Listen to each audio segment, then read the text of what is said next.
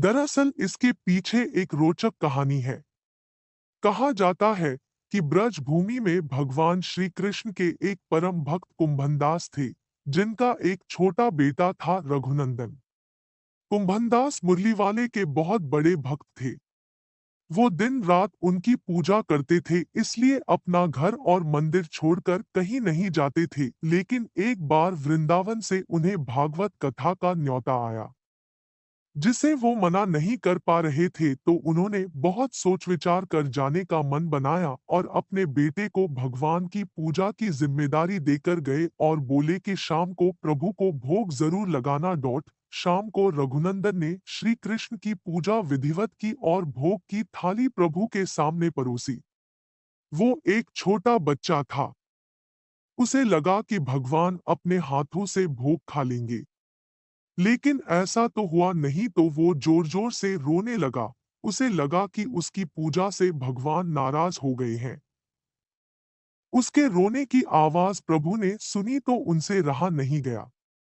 उन्होंने बाल रूप धारण किया और रघुनंदन के सामने प्रकट हो गए।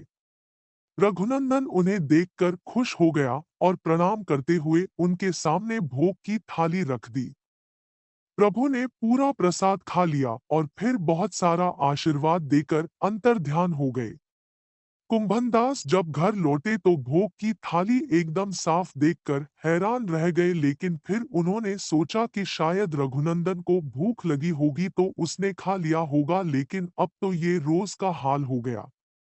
उन्होंने देखा कि उनसे ज्यादा रघुनंदन अब प्रभु की पूजा में रुचि लेने लग गया है। इससे उन्हें शक हुआ। वो इसका सच जानने के लिए एक दिन मंदिर की दीवार के पीछे छिप गए।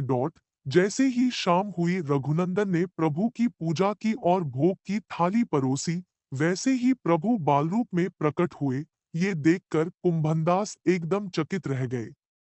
वो भाव विभोर हो गए और तुरंत ही सामने से निकलकर प्रभु की चरणों में गिर गए। उस वक्त भगवान के एक हाथ में लड्डू था। वो उसी रूप में वहां जड़ हो गए।